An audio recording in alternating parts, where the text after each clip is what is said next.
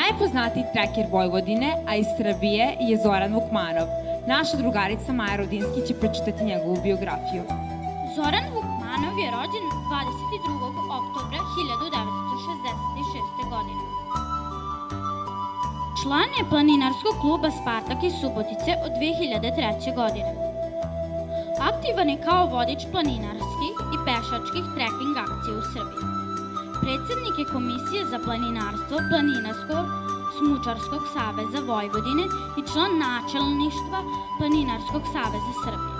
Popeo se na gotovo sve planinarske vrhove u Srbiji, kao na primjer Kopaonik, Suva planina, Čemernik, Besna Kobila, Vlaška planina i tako dalje.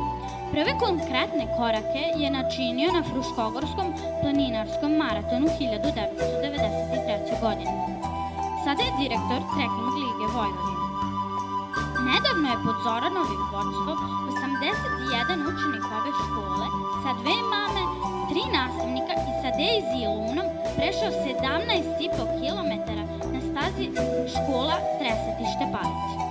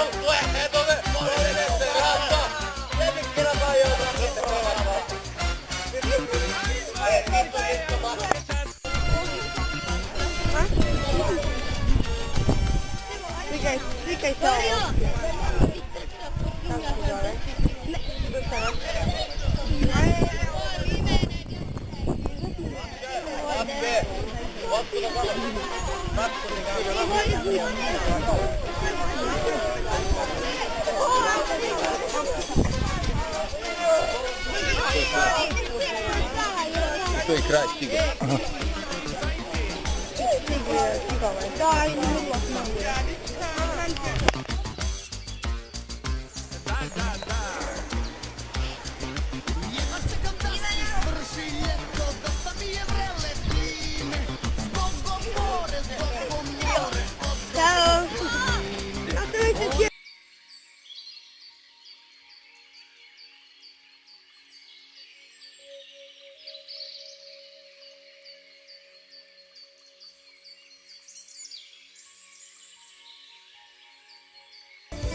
Ja sam Milica Janković, pozdravljam gledalce City televizije sa Fruške gore. Razgovaramo sa Zoranom Vukmanov, on je direktor Vojvođanske treking lige i vodič Planinarskog saveza Srbije.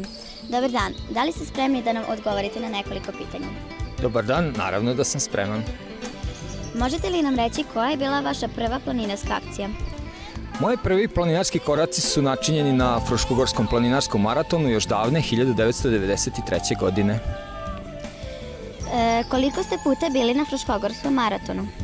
Pa eto, baš ove godine je meni bio jubilarno 20. učešće na Fruškogorskom planinarskom maratonu i nisam propustio od te 93. godine nijedan maraton, znači učestvovao sam svake godine, pri tome sam osvojio i srebrnu i bronzanu značku maratona, što znači da sam prešao u zbiru preko 1200 km na maratonskim stazama za svih ovih 20 godina. Svaka čast. Da li možda znate koliko ste kilometara ukupno prešli do sada pešačeći po planinama? Pa znam, zato što sa svake planinarske akcije od 2003. kada sam se učlanio u planinarski klub Spartak vodim preciznu evidenciju o svim pređenim kilometrima, ispenjanim vrhovima i za sada se ta brojka zaustavila na 9200 km. U koliko ste država bili? Pa najviše zbog ekonomske situacije, zbog geografskog položaja Srbije, najčešće planinarimo po Srbiji i zemljama u okruženju, znači Mađarska, Rumunija, Bugarska, Grčka, Makedonija, Crna Gora, Bosna, Hrvatska. To su zemlje koje su nama lako dostupne, relativno lako dostupne i pristupačne i sa finansijske strane. Recite nam iskreno, da li ste se nekada uplašili u planini? Pa iskreno da kažem, strah u planini, ako ste dobro pripremljeni straha, uglavnom teško da možete da doživite neki strah, ali eto imao sam jedan neprijatan događaj prošle godine, znači na Fruškogorskom planinarskom maratonu, kada nas je u noćnim satima presrela jedna grupa neodgovornih mladića sa motornom testerom, pa su nam pretili malo i to je bio neki malo strah u smislu da nisam bio siguran šta oni u stvari žele od nas, ali sam strah od planine, od prirode nisam doživao za ovih 10 godina koliko planinarim. Koliko ste ljudi kao vodič Planinarskog saveza Srbije odveli u planine? Pa ovo je jako teško pitanje. Iako vodim preciznu evidenciju o svemu, nisam nikada sabirao koliko je to ljudi, ali pošto mogu da kažem da sam kao planinar učestvovao na nekih 360-365 akcija do sada, od kojih sam barem 200 sam organizovao i vodio, pa ako je u proseku bilo samo po 20 ljudi, a bilo je mnogo više na svakoj akciji, evo i danas nas je bilo preko 60, pa 200 puta 20-30, znači pa računam 6-7 hiljade sigurno bilo učesnika na mojim dosadašnjim akcijama. Organizovao sam i nekoliko tabora višednevnih kroz koje je prošli na stotine ljudi, tako da je taj broj zaista velik, ali nemam preciznu informaciju o tome. Nemamo vremena za nabrajanje svih vaših priznanja, zato nam nabrojite samo ona koja su vama važna.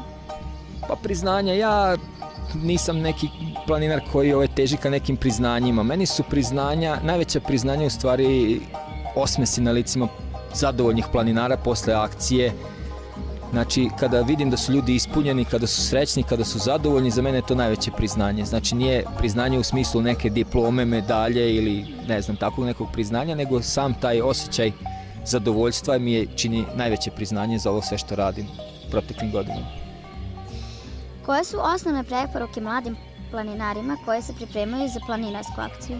Pa za mlade planinare najbitnije je da odaberu planinu, odnosno doberu stazu koja im najviše odgovara. Znači ne treba se zaletati, ne treba srljati, ne treba krenuti preambiciozno. Znači treba se srazmjerno svojim psihofizičkim mogućnostima pripremiti, odabrati, krenuti na takvu akciju. Kao što je bila ova današnja naša staza na Fruškoj gori koja je bila dužine nekih 11 km, znači išli smo lagano, prilagodili smo tempo hodanja slabijim učesnicima da bi svako mogao da uživa. Znači, bitno je da ne žurite, da imate relativno udobnu obuću na sebi, da ste komotno obučeni, da možete da se raskomotite, znači slojevito da budete obučeni. To je za početak najvažnije. Ako imate dobru volju, imate dobre iskusne vodiče uz vas, onda će vam planinarenje zaista biti uživanje i verovatno ćete zavoleti kroz planinarenje prirodu, ljude i uživat ćete nekim budućim akcijama. Koja je sledeća akcija na kojoj ćete voditi mlade planinare naše škole? Pa sad, ovo je jedno iznenađenje, nisam znao da već planiramo i neke buduće akcije, ali recimo, ako to ne bude neka Fruška gora, moglo bi da bude možda najviši vrh Vojvodine, to je Gudurički vrh na Vršačkim planinama, možda neka zanimljiva akcija u Deliblatskoj peščari ili tako neka zanimljiva akcija širom Vojvodine koja je za sada, mislim, još uvijek pristupačna ovim mladim planinarima koji još nemaju toliko iskustva, nemaju adekvatnu opremu za neku ozbiljniju, zahtevniju planinu. Da li se neko iz vaše porodice bavi planinarenjem?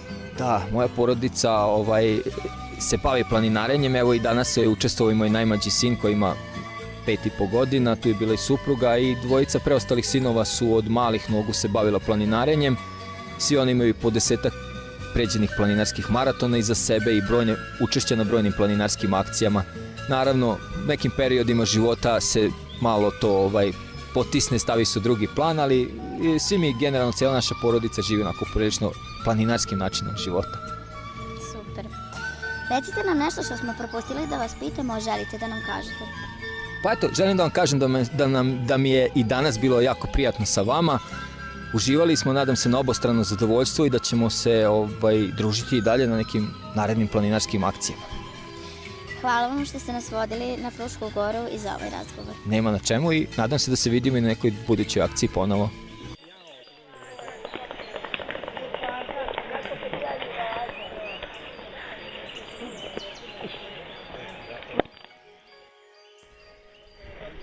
Upravo nam stiže direktor Trekking lige. Direktore, šta možete reći o početku? Evo, danas sam u ulozi čistača na Trekking ligi na stazi 40 km. Evo, pokušavam da sustignem onog posljednjeg pa da imam neko društvo do cilja. Vama koji idete 20 km u pešačenju u okviru Simonovićevih dana, želim lepo vreme i uživajte. Vidimo se.